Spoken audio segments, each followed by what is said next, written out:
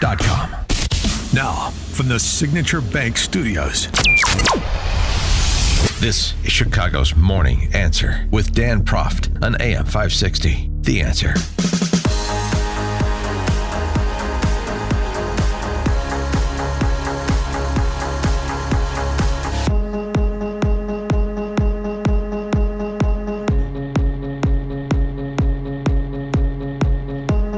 Top of the morning, Dan Proft here. I want to get to this rather bizarre occurrence where airspace over El Paso was shut down for a time yesterday. But before we do that, we do want to update what's going on with respect to federal immigration law enforcement. And before I do that, I want to start with this interview of Cesar Chavez that has recirculated online. This is good stuff. Cesar Chavez, of course, the revered union organizer for farm workers in California. This is Cesar Chavez in 1974, October of 1974, talking about illegal immigrants coming over and, remarkably, taking jobs from the Mexican farm workers that he was attempting to organize. Take a listen to what Cesar Chavez, icon of the left, especially the Workers of the World Unite, union power left, right? Well, there's an awful lot of illegals coming in by the hundred, by the thousands. Our people are not only in some of the crews where there's now strike breaking. Some of those crews are 100% illegals, outright, openly. With no attempt to disguise it. And so it's so bad now that we estimate 60 to 70% of the farm workers in California, of the resident worker, of the citizen, is out of a job because of the wetbacks. They're coming in by the thousands, just unbelievable. See, they're coming in with the consent of the Immigration Service, which is part of the Department of Justice. How else could they come? We, for instance, know that if you go to Coachella, you go to around the El Paso area, the secondary immigration checkpoints have been unmanned now for at least 3-4 weeks. They're closed. They're at night. They're dark. There aren't any patrolmen there. It's a gimmick. We think that it's a prelude at the beginning to a big drive on the part of the administration and the Mexican government to bring the Bracero program again. It's a vicious attack on the local worker, and it's just one of those things that agribusiness thinks they can get away with it. And our job is to inform the whole country what's happening together with a boycott and solve it that way. And so the workers themselves, even though a lot of them are Mexican descendancy themselves, are very uptight, very, very worried and very mad about the illegals coming to break their strikes, and it takes away their jobs, their livelihood, and so forth. Uh-huh. Whoa, wait a second. These are your people. Cesar Chavez comes this close to articulating the Great Replacement Theory. Part of your program has been an appeal to equal treatment of people of Mexican origin. Right? Oh, yeah, sure, but we're speaking of the legal ones. We don't want Mexico to export its poverty to us, and then we pay. It's not the agriculture, it's not society in general, it's a farm worker, again, paying for those sins, And Mexico should take the initiative and stop exporting the poverty to us. They should do something about the rural economy over there. Oh, my goodness. That sounds like something Trump might say. Of course, Trump is a racist and Cesar Chavez isn't, even if they say the same thing and have the same position for the same people. It's remarkable. That was only 5 decades ago. How are we doing wrestling with these matters? And by the way, some progress. As I mentioned before, these politicians in robes, these federal district court judges that think they can, stop they can insert themselves into the executive and legislative branches. Those are the 3 branches: executive, legislative, and judicial, in case you're the sheriff of Mecklenburg County, and in case he's listening.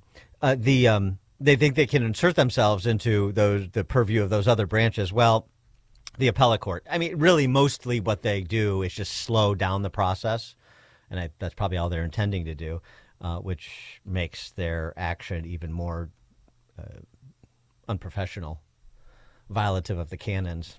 I would say disbarable. But you've had a couple of appellate court decisions, both in the Fifth and the Ninth Circuit.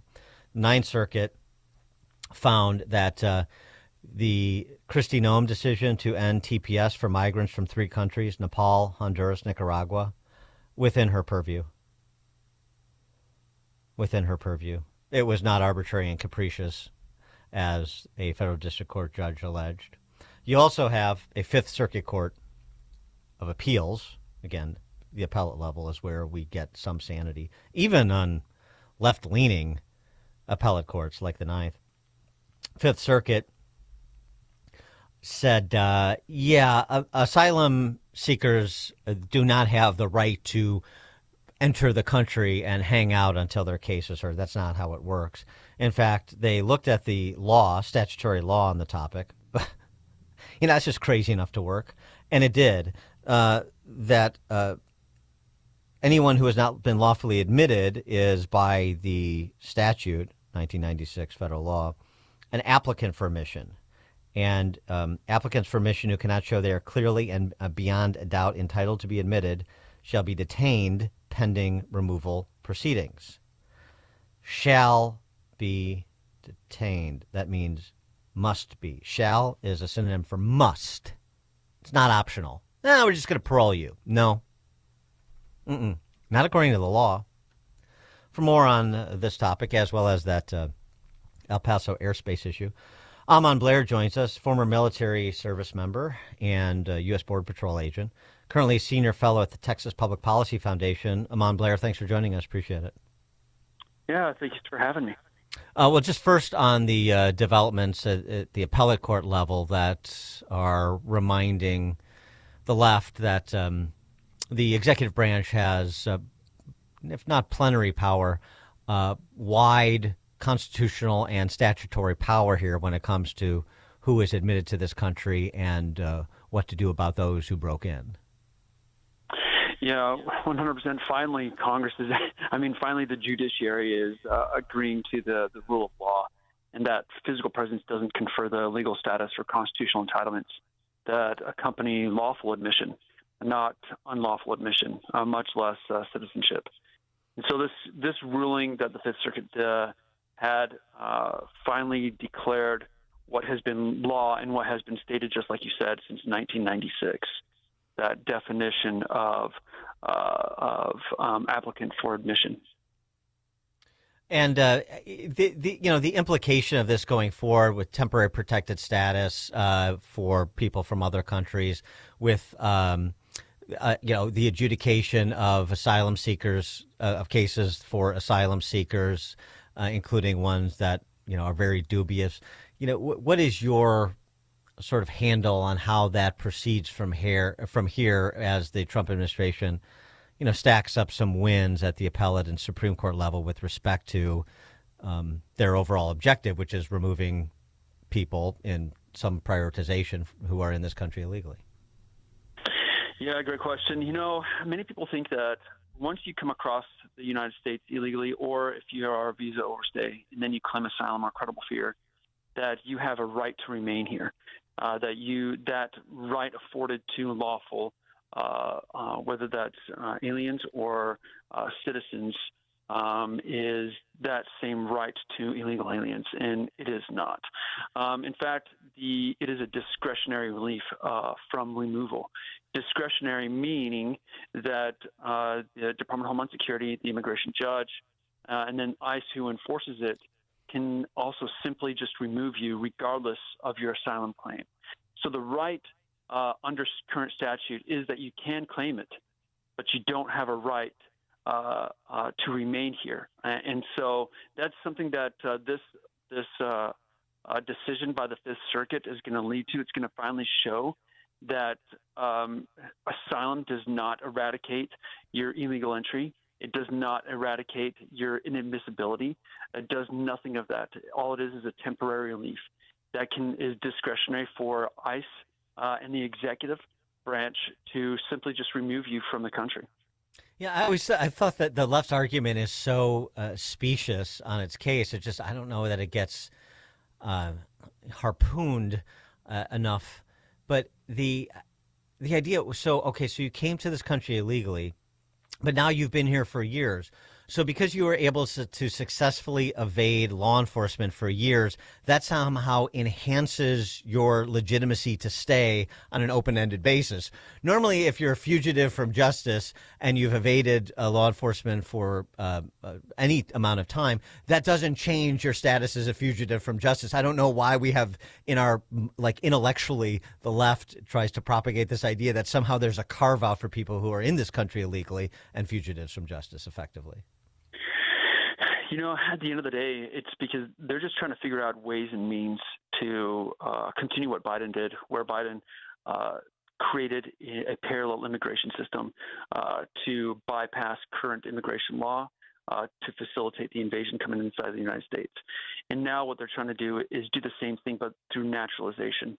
And so they're trying to find any ways and means to figure out a way saying that your presence alone, given any amount of time, allows you to bypass current statute.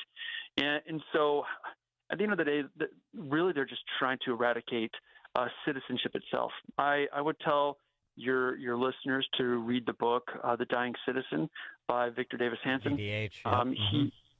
He walks through the entire process that the current left is doing to completely eradicate citizenship. Because if you can eradicate that, if you can eradicate the sovereignty of that citizen, then that means you can eradicate the sovereignty of the state and the nation, because that's really where sovereignty lies. And so that's why the left is doing it. They're really looking at building a kind of like a global subject or serfs, as opposed to they deem or think that citizenship in the United States is kind of passé and is realist. And that's why the Democrats are fighting so hard right now to protect the illegal aliens. And that is why they're also right now looking at having a federal government shutdown if we do not defund ICE, and then which would defund CBP, which would defund DHS, which would defund Coast Guard, you name it, all those agencies, all for the simple ways and means of protecting the illegal alien. Yeah, the Dying Citizens, VDH's Dying Citizen is excellent, as is all of VDH's work. I wanted to turn to this rather odd occurrence where airspace over El Paso and part of southern New Mexico was shut down for a few hours yesterday. And the announcement ultimately came that there was a problem with Mexican cartel drones breaching airspace. And so obviously a concern for safety in that airspace. But what is your handle on exactly what happened there and the implications in terms of what kinds of what kind of cartel activity we have at the border or in and around the border, and the sort of ongoing airspace safety threat that it implicates? Yeah, great question. So we have incursions every single day. The Mexican cartels make incursions via drones, whether that's for surveillance to smuggle human beings or narcotics across the border, whether that is also to smuggle or the narcotics itself using those large farm drones, DJI drones, and then also they utilize those to swarm the airspace, so that we do not have air support. Those are really the three main types of reasons why the Mexican cartels typically make incursions in our air domain. And really, what happened is, if you look at history, Department of Homeland Security really doesn't have a very good counter drone or domain awareness of that air domain. It wasn't until just January of this year that they created an entire program for a drone and counter drone program under Secretary Noem, and this problem has existed for years now. The Rio Grande Valley sector chief a few years ago testified in Congress and said drones were actually the greatest threat in the Rio Grande Valley. There are thousands upon thousands of drone incursions just in that one sector alone each and every year. And so what happened? And so because we really didn't have a program in DHS, we had to sign a memorandum of understanding with Department of War, Department of Defense, utilizing their technology. And what ended up happening is, of course, we don't have domain awareness. Border Patrol agents thought that something in the sky was a Mexican drone. We don't know. They're saying that they shot down a balloon, they shot down a drone. The truth is still not out there. However, it was Department of War technology because DHS does not have that technology. And then because of that, that's when the FAA decided to close down the thing because that type of technology used in U.S. airspace for them was unprecedented. And so it was just a whole cluster. It was a mass chaos between three different agencies, CBP, FAA, and the Department of War. And unfortunately, that led to what happened. Yeah, I mean, communication is important, and you're going to be firing lasers or whatever into the airspace. Our commercial pilots probably need to know that. Air traffic controllers probably need to know that. Anyway, like what the hell's going on, right? War of the Worlds in front of the tower. That's no good. But part of this is with respect to those drones. Are those drones strictly sort of surveillance or attempted, as you say, blocking to provide cover for cartel activity on the ground? Or are they weaponized? Do they pose like some sort of air fight threat? Yeah, good question. Yeah, so yes and no. So the Mexican cartels are very smart. They realize that if they make a strike on U.S. soil, it's going to bring down the heat from President Trump. But on the other end, if you look at what's happening in Mexico, so a few of the Mexican cartel organizations sent their sicarios to the Ukraine battlefront to fight for Ukraine. They did that for one specific reason, to learn drone warfare. So what ended up happening, they brought back that technology back into Mexico. They're now using fiber optic drones so that way electronic warfare cannot take them down. And they're conducting drone warfare throughout the entire country of Mexico. If you now see it, you'll see the Mexican federales, you'll see the Mexican Marines and military now have to have counter-drone technology with them everywhere they go because they're getting attacked almost on a daily basis with those drones. And so, yes, they do have that technology. Now, can it happen? 100%. And the reason being is this. Because each cartel owns a certain plaza along the border, a certain region. And if I was a warring cartel, what I'm going to do to force the U.S. government to focus all their efforts on that, I'm going to make a strike in the plaza that a warring cartel owns. What that's going to do is that's going to funnel all of our resources and manpower and attention to that area, allowing myself as another cartel to then operate with impunity. Yeah. This happens quite a bit. This tactic has been happening for a long time, especially like with informants and everything else like that. And now that drone warfare is so prevalent across the globe, we saw it in Syria where the Syrian government was taken over by 3D printed drones. We see it in the Ukraine battlefield, and now we're seeing it in the Western Hemisphere. That's really interesting and disturbing at the same time, of course. But the question, of course, is Claudia Sheinbaum, the Mexican president, and her and Trump have had, words on again, off again over the last year. And he believes that basically she's run by the cartels and we're not getting the cooperation we want in dealing with the cartels. I assume that's fairly accurate. It's been the case in Mexico for a long time. And so then the question becomes what the Trump administration is inclined to do about that. Yeah, we're dealing with, hopefully you and your audience know, of course, Pablo Escobar.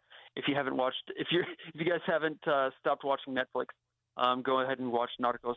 But right. Colombia Colombia, that region or that era, you had two actual cartels. One, the famous one was Pablo Escobar and the Medellin. But what other people don't realize is they had also the Cali cartel, which operated more on counterintelligence and operated like a foreign intelligence service agency, and where it was complete bribery and corruption.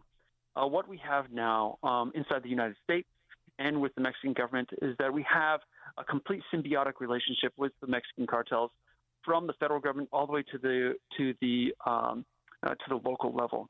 And so we're not dealing with a Colombia where we were able to go down there and wipe out the cartels with the support of Colombian government.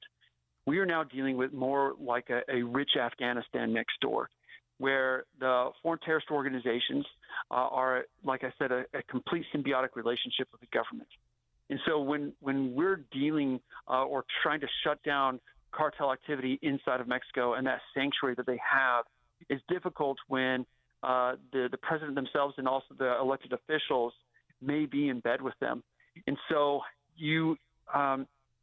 and also realizing that the Mexican cartels are not just in narcotics, that they're not just in smuggling human beings, but they actually are in every single facet of society in Mexico, and then also everything that is protected under the U.S.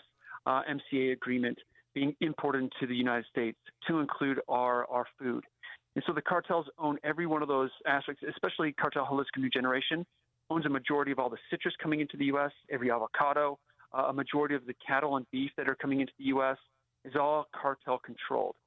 And so when you look at that and you see, oh man, as a country, how do we attack this situation when we know that we're dealing with a federal government that's completely subsumed by the foreign terrorist organizations, that controls every facet of society, and that unfortunately we rely on and are dependent upon for those imports. Like, for example, our agriculture, we cannot feed ourselves. We have destroyed our domestic supply chain because with foreign imports. And now we're dependent on foreign terrorist organizations to feed us. So realizing that we are dependent on foreign nations for a lot of our imports kind of puts us in a bind. And so, just yesterday, it was the Mexican Senate that just passed, because the House passed it before, the U.S. Navy SEALs to go in there and support special operations to counter the Mexican cartels. But if they're only countering them, like I said, at the tactical level, and if they're only countering them using for narcotics, then they're not going after the entirety of their operations, and they're also not targeting the elected officials that are also in bed. So it's a very sticky and difficult situation. Ammon Blair, former military serviceman, former U.S. Border Patrol agent, currently senior fellow at the Texas Public Policy Foundation. Ammon Blair, thanks so much for joining us. Appreciate it. Yeah, thank you for having me. And he joined us on Chicago's Morning Answer. The stories you need to know to start your day. This is Chicago's Morning Answer on AM 560. The Answer. Chicago businesses. Your phone, internet, and IT should work well